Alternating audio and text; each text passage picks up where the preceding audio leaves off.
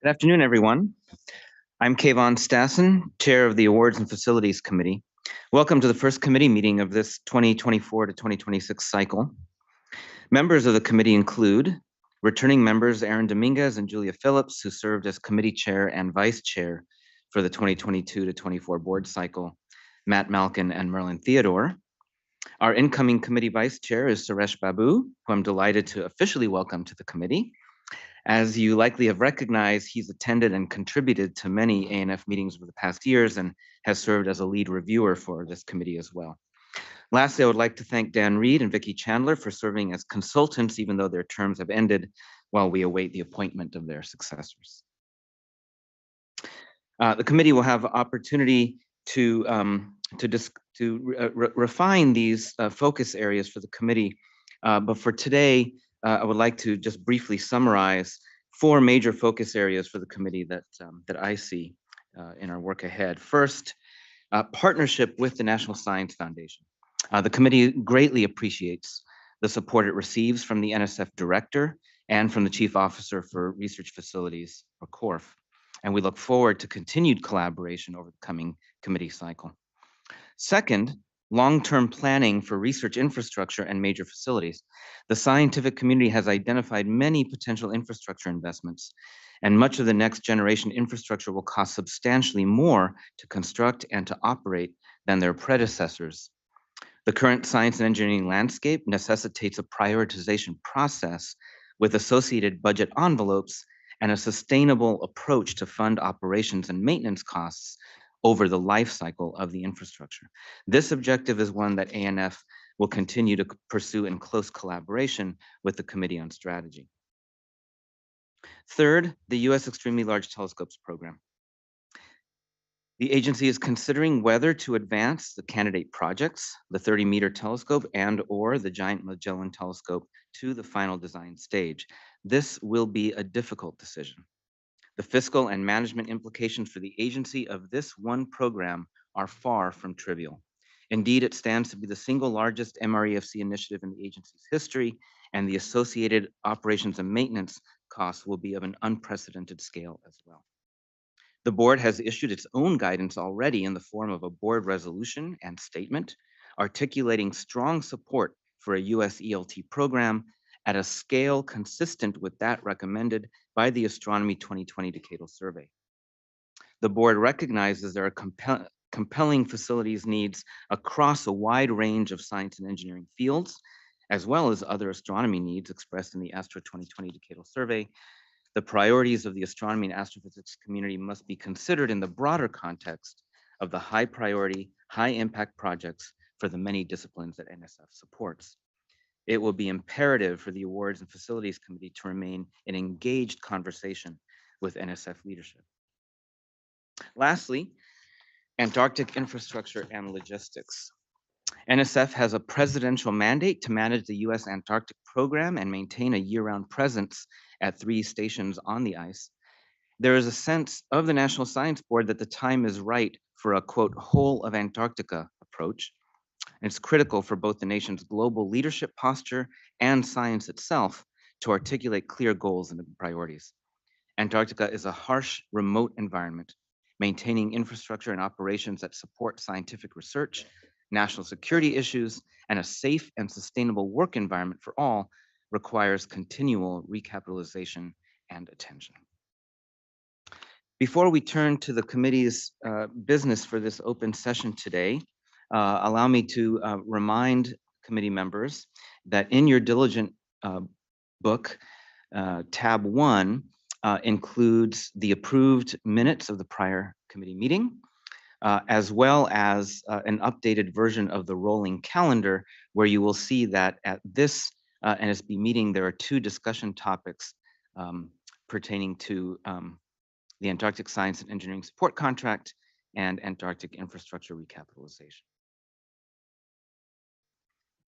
And so with that, allow me to turn now to our first business item. Patrick is here and ready. There he is. In February, Patrick Breen, NSF's Director of the Division of Acquisition and Cooperative Support, briefed the board on the agency's strategy and plans for the Antarctic Engineering and Science Support Contract acquisition. He joins us today to provide an update, and we'll turn the floor to him now. And the presentation, Patrick, can be found in the board book, tab 1.3, I believe. Thank you, Patrick. Thank you. And let me just presentation up here.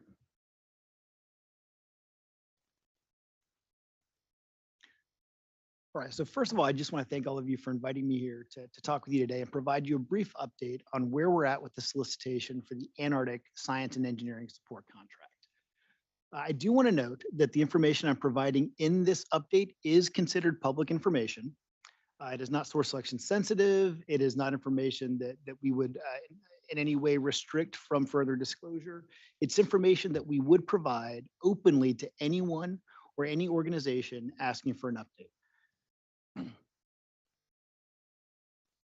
I do want to quickly just recap what we've done to date. And I don't want to walk through this list with you. I know you've seen this a number of times, but we have held a number of events to allow engagement with interested parties, starting when we kicked off this process in February of 21, discussing the potential use of a non-procurement instrument that was an option we considered for a while, ultimately resulting in NSF informing all interested parties that we were going to move forward with the use of a FAR-based procurement contract.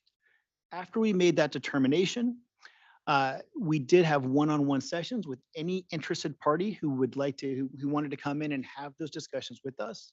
We did release yet another request for information focusing solely on type of contract, the structure of that resulting contract, periods of performance, and seeking comments on a draft statement of work that we had put together.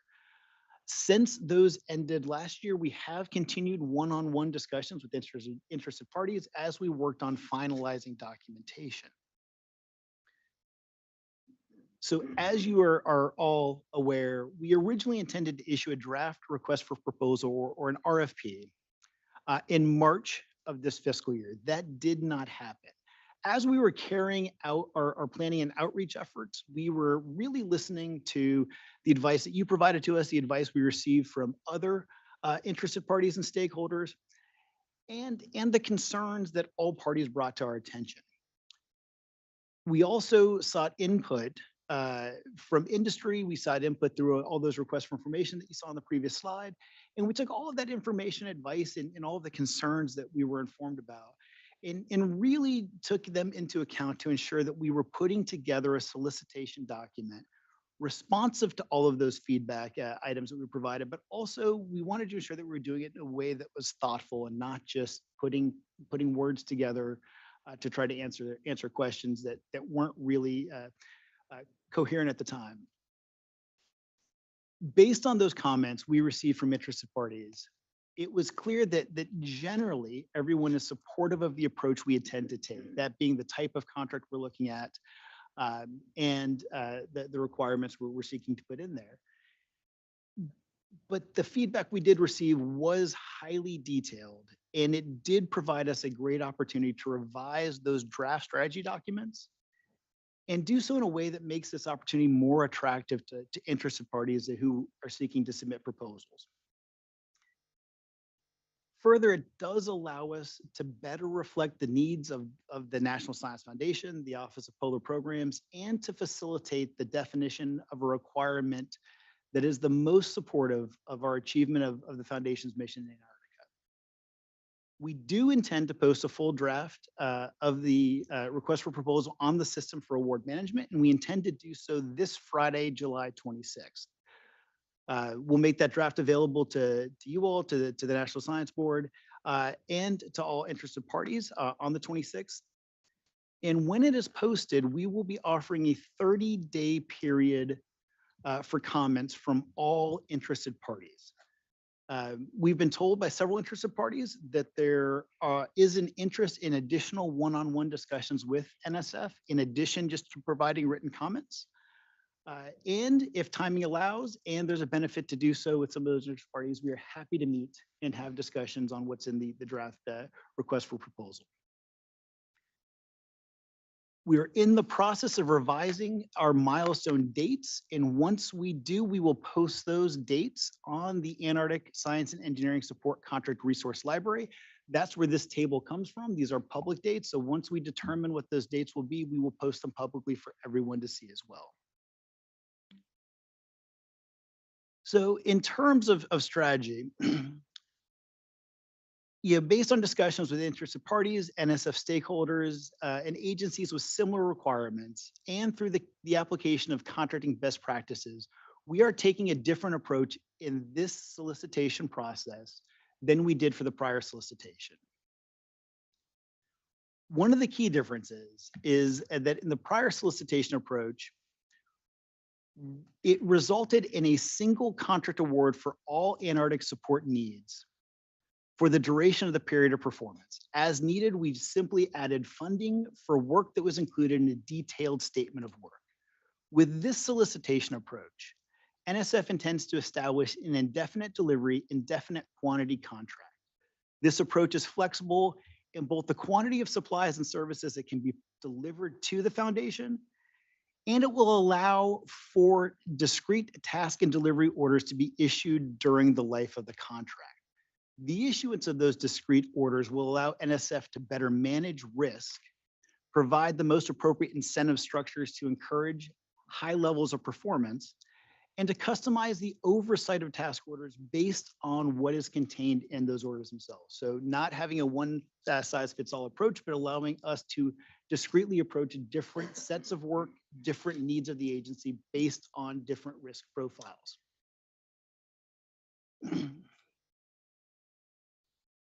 So in the last solicitation cycle, NSF did an evaluation all at once. We received full proposals, full technical and cost proposals, did one analysis, and then made an award decision. In this cycle, we're intending to use a two-phased evaluation approach, which offers some benefits. During the first phase, it will require offerers to submit limited information related to their ability to perform the work in the solicitation. NSF will then review this information and conduct what is known as an advisory down select. The purpose of this step is to review the submitted materials relative to the evaluation criteria and inform offerers of the results of NSF's assessment. The feedback affords the offerers an opportunity to gauge whether further participation is prudent from a business perspective and allows NSF to best allocate limited resources available to one of the critical activities for the second phase, which includes a site visit to Antarctica. The offerers that choose to continue will be given the opportunity to submit a proposal responsive to the solicitation, so a full proposal inclusive of cost and price. The proposal instructions and the evaluation sections of the request for proposal will clearly define what the offerers must submit and how NSF will evaluate offers. Now, between the phase one and phase two, as I mentioned, we intend to conduct a limited extent site visit for interested parties. And this is the site visit potentially to McMurdo. I do want to note that the results of phase one will not preclude an offer from submitting a full proposal during phase two, nor will it prohibit them from requesting a site visit. Once NSF completes the phase one and phase two evaluations, its award decision will be based on the totality of the information submitted through the proposal process. So again, the RFP will define not just what the evaluation criteria are, what the submission instructions are, how we'll evaluate those, and then any trade-offs we intend to make during that evaluation process to lead us to an award decision. So that is all explained in the draft RFP that will be posted on Friday. And again, that will be posted on the System for Award Management or SAM.gov. And what we are seeking from you and from any interested party is receiving comments on how we've structured the document itself. Are there things you see that maybe we don't? Are there areas that we should look to further explore? Are there items where perhaps we're not clear enough, or we may understand what we intend, but that intention isn't coming through clearly? So any feedback we receive, we will use to refine and modify our documentation as appropriate.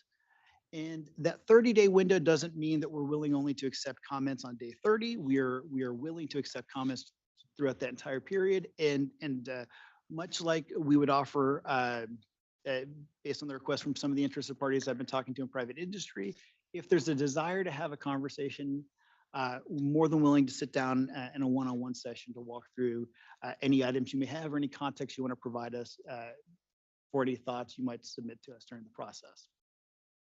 So with that, I do want to just thank you for your time, and I'm happy to take any questions you have here or anything you want to discuss on the items I provided.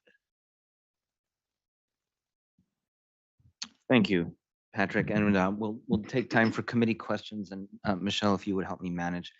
I saw Julia's hand go up first, though. Yep. Very quickly. I will, can someone email us at our personal accounts when it's available so that we can go look at it? That would be helpful.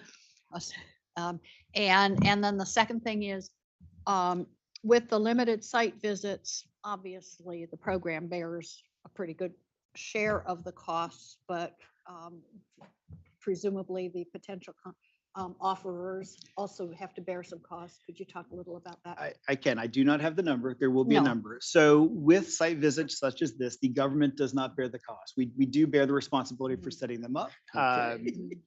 Part of the Well, and staff time. and there. staff time, that is all worth our investment. But the significant cost to get people down to Antarctica, as we did last time, we will inform folks in the solicitation document on what the cost of their participation will be. And then between phase 1 and phase 2, we will politely request for that amount of money. Now, again, the participation is limited. It's based on space. And Right. as we walk through this and as we determine how many interested parties there are, that will dictate potential costs for Yeah. each individual Yeah. interested company. Do you have a sense as to sort of an upper limit on what you could potentially host?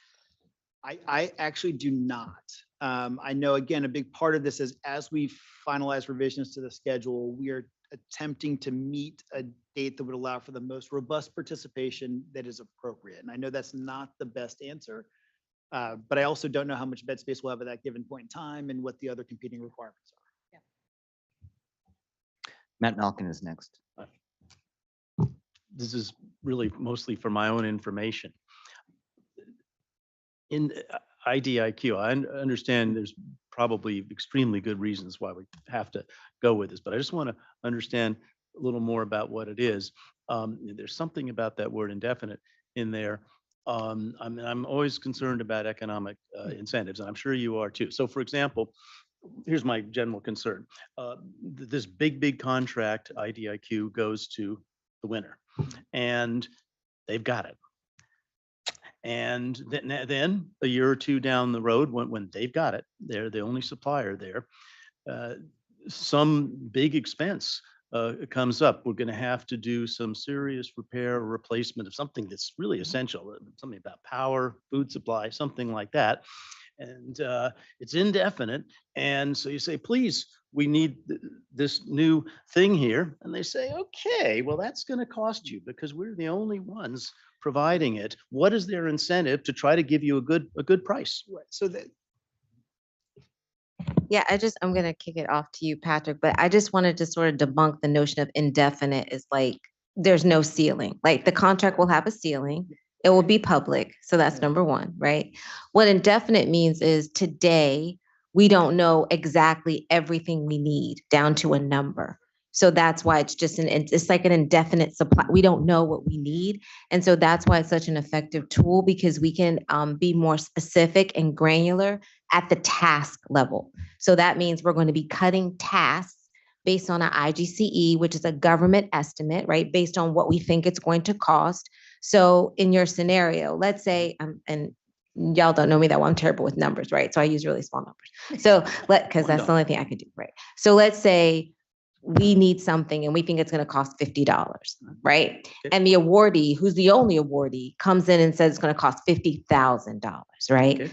Obviously, they're not going to get that task. Like you engage in negotiations, right? And then you tell them this is kind of the ballpark, and then there's a back and forth, and they come back with like $65 or And $60. the reason there's back and forth is, first of all, we're not going to pay 50,000. They just won't get the business at all. And we have the option of looking to someone else who might provide it. Well, we have the option of not funding that task. But we And have- also, this is a task we really have to well, have. we know that, but like we have They leverage. know it And too. well, they do, but they want the government's money. So it doesn't behoove them to get into this adversarial posture with us, because especially if you're talking 10 years, they want to get along. Like they want to play nice in the sandbox. They want us to cut as many tasks as possible. So it may not seem like it, but the government does have leverage, and we definitely have it at a task order level, which is different than what we had before, when you just have this one contract, you just plug in money into it because that's the vehicle that we chose. But now we are doing better because we know better. And is this a new vehicle, or is this a first time for NSF to use this vehicle, or is this sort of a lesson learned from the? I think Mm. I'm sorry. I think it's a lesson learned. I can't tell you exactly if NSF has used it before, but across the government, it's definitely a vehicle that is used in these type of circumstances when you don't know at the outset exactly how much you're going to be ordering. Yeah, Thank you. And I have nothing to add to that because that was the exact answer I was going to give. Yeah, so I mean, I appreciate that. The one thing I will say is, and just to sort of foot stomp this, is there is a contract, but as Angel pointed out, it doesn't relieve us from planning. So the independent government cost estimate, defining the scope of the requirement, all of those things are still there. It facilitates to get from point A to point B. So instead of us going out to 50 people, now if we come back and we can't reach an agreement with the contract holder, we do have the right to look to other sources. Now, they would still have a role in that project, obviously, because they're maintaining the logistics component and they have the on-ice operations and maintenance. So there's still a role for involvement there. Or we may sit down with the awardee at some point and all decide that this worked. Their value, the value that they would add to the NSF process is by helping us manage it, as opposed to the direct performance of the work. So these are all discussions we can have with them over the life of the vehicle. And it doesn't have to be the same answer twice. Once we could decide to do, this path where they maybe are a representative or agent, or the next time they're directly performing, it really depends on what the facts it is and how we are working on that particular requirement today. Great. Next, we have Suresh Babu and then Aaron Dominguez. Okay. Suresh, Aaron, and then Vicky. So I'm very familiar with IDIQ. Thank you for taking care that you can move very agile, very quickly on that. So with reference to a particular task order, if the prime contractor cannot do, and they have to go and get second and third other contractors, will NSF have an influence on selection and making sure that they comply with all of them? So short answer is yes. Long answer is a big clause in the federal acquisition regulation. We are, depending on a number of things, we can set where the conditions apply. We do approve or consent to those subcontracts. And a big part of that is based on the nature of the award. As we're looking at a lot of this will still be cost reimbursable. That is how we can best manage our risk. But also in terms of as they are bringing folks on and off. Now, where this is different than today, and I know you're all familiar with the contract we have today, which is a single award. When an entity under an IDIQ, when the awardee comes in and says, here's my proposal, they can bring with them second or third tier, depending on how far we would like to go down and evaluate subcontractors in. It allows us to look at that proposal and consent at that point to the inclusion of that subcontractor to provide the proper oversight. Thanks. Yeah, I was going to ask that question too, because actually some of the subcontractors that we have now, there's issues with the subcontractors that we have now. Yeah. So the other question I had was if you can go back a slide. And first of all, thanks for giving us this briefing, Patrick. And I apologize for missing the first part of it when I did take a call. But what role will the board have in any decision making in this timeline? What does this committee need to do in terms of any decisions and then the full board? So, I mean, I'll just start off and kick it to Patrick. I mean, certainly our decisions moving forward will be informed by input that we receive. The document's not going to be small, but you guys are used to reading a lot of stuff. So we strongly recommend you look at the draft RFP help us, right? We only know what we know. We're definitely looking for different perspectives for things that we missed. And so strongly recommend that you provide input, which will inform the final RFP that is issued. No. No. No, I think that the big part in the is helping steer the direction to get from where we're at today with our relatively firm intentions to that final product. And that's going to be, I think, the biggest place where I see a lot of need for collaboration to make sure that I know you all have been talking to a lot of folks and hearing a lot of things. And do we have some of those issues accurately addressed? Are we putting the right emphasis on the right sort of taskings? That those sorts of things helping us build that final RFP is going to be very beneficial for all of us. Vicki Chandler, and then I'll recognize myself. Hi, thank you. A couple of questions. One, you mentioned you've been in a number of conversations with potentially interested parties. And I'm just curious on a sort of order of magnitude level, how many proposals or responses to the RFP are you thinking you might get? 10, 20, 50, 2, you know? So I would love to give a definitive number. I do not think we're going to get 50. I don't think we're going to get just one. The teams are still forming, and so some entities have provided us some notional intentions of how they think they're going to form their teams. I'm not going to broadcast that, but I think we're going to get robust participation, and that is good. I don't think we are not going to be in a position where we will have no options. I think that is one of my concerns. I mean, this is a very large, very complex contract. What I can tell you is that the entities have been coming in and speaking with us, both at the folks who intend to submit as the lead or a prime, or folks that intend to form a joint venture to support this, which is not uncommon. They do have experience in this sort of work. Now, how many people have experience in Antarctica is always a question, right? Yeah, it's in cold weather is not the same as Antarctica. It's not.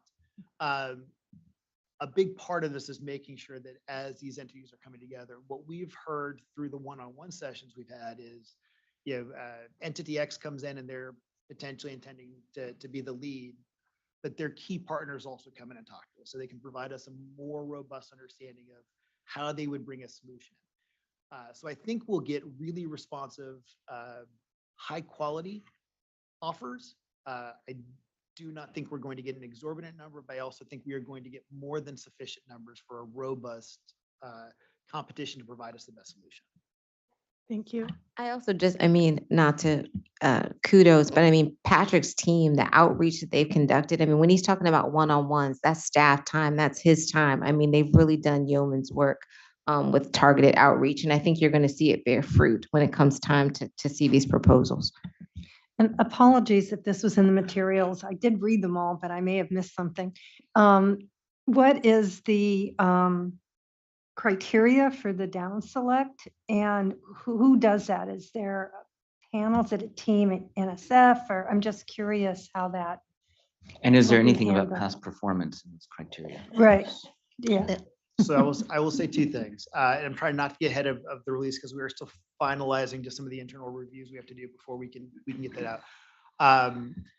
Past performance will be in there. It's always in there for the It's a required government. factor. And that does help us dictate how well someone has done a similar requirement. I am also a fan of something known as prior experience, which a lot of our one-on-one participants have heard me say. So there are past performance is very specific. There's very specific examples that folks can use there, given what past performance means under the regulatory definition. So also looking at past performance, where they've done this potentially for, and so past performance is how well they've done it for us. Prior corporate experience is how they have done this for other sort of things. So those will be included so that we can get again, a big focus of this is, can we find someone that can deliver the service? What all of the criteria are, again, don't want to get out in front of that, but there's always technical criteria, how well they can meet the requirements. Past performance will be there. Small business participation is obviously very big for us. In this case, it's subcontracting. So we'll be looking at small business participation, how they're going to encourage the use of small and disadvantaged entities. And then cost and price is always a required evaluation factor. I just don't want to get out in front of the technical evaluation factors until we complete our review process there. Yeah, no, I know. Yeah. Yeah. So hopefully that was about the right level. of that. It is. So we will work very closely with the Office of Polar Programs, AIL in particular. They will establish a technical evaluation panel. Those evaluators will be the ones who are reviewing that. We'll provide them some training in terms of how we interpret the statement of work, what we mean it to say, and also in terms of how to ensure that they are performing those duties in a manner that's consistent with procurement integrity. So we're just at the end of the time that we had scheduled for this portion. I have a question that I would like to ask, and then if you'll indulge us, Bev Watford also has one. Okay, in that case, I'll give myself the final question. And this question may involve other members of the executive leadership team here that are present. My question basically has to do with, ultimately the reason that we're doing this is because there's a presidential mandate and because NSF has strategic goals that we're trying to meet. And so my question is, how do we know that the scope and cost that has been established for this exercise is appropriate and sufficient to achieve the presidential mandate and NSF strategic goals? So I will say this, that is beyond the scope of sort of my authority here. So I would defer obviously to others. I can speak to sort of the scope in the contract ceiling. I believe that based on the work that NSF has done, so the Office of Polar Programs, the Division of Acquisition Cooperative Support, and others involved in this process, I believe we've arrived at a ceiling that is sufficient to support that mission. I believe that this requirement, in the way in which we're designing it, will be open enough to allow us to meet not only what we know today, which we can definitely build to, but also allow for the appropriate growth as necessary. So not stuff that's wildly outside of scope, but scoping it correctly so that it can encompass all of our needs and mission areas related to Antarctic support. I believe we've got a vehicle that can do that, but I will defer to others on whether or not that's fully accurate, obviously. Yeah, I would defer to Linnea and program folks. I mean, this is a logistics, contract for us, but from a programmatic standpoint, I'm sure they could speak more to meeting strategic goals. Linnea, if you would like, we're putting you on the spot, I realize, but really just a high level comment about the mapping of strategic goals to the process. that we're Right. going So I think you're going to hear more about that in the plenary open conversation about Antarctic strategy. But I think, we certainly make decisions based on that strategic framework that you just acknowledged exists in response to changing scientific direction. And the presentation that you'll hear in open session talks about that strategic framework and how we address both infrastructure and scientific needs within that, which informs our budget planning, right? So you've heard Panch say over and over again, budget follows strategy. So we need to talk about that strategy. That being said, we're continually assessing the scientific needs, and our infrastructure investments are integrated with those. And you'll hear more about that later today when we talk about air. The contract, of course, is our major vehicle for support activities, and as Angel and Patrick have pointed out, but the infrastructure investments can happen through other vehicles as well. They don't all go through that prime contract. So I think this process will establish the overall ceiling, as Patrick pointed out, and that will support the articulated requirements. You'll understand more about those when you see the draft RFP at the end of the week. But I think the process has taken a long time because we want to make sure that we're getting those requirements right. That's the foundation to establish the ceiling and to make sure that this new contract does what we need it to do. Thank you for your agility and willingness to jump in and provide that answer. Thank you, Angel and Patrick, for very, very informative time that you spent with us. This was a very productive conversation. This meeting of the of ANF is now adjourned. The time is 2:37. 2:37. Stand by.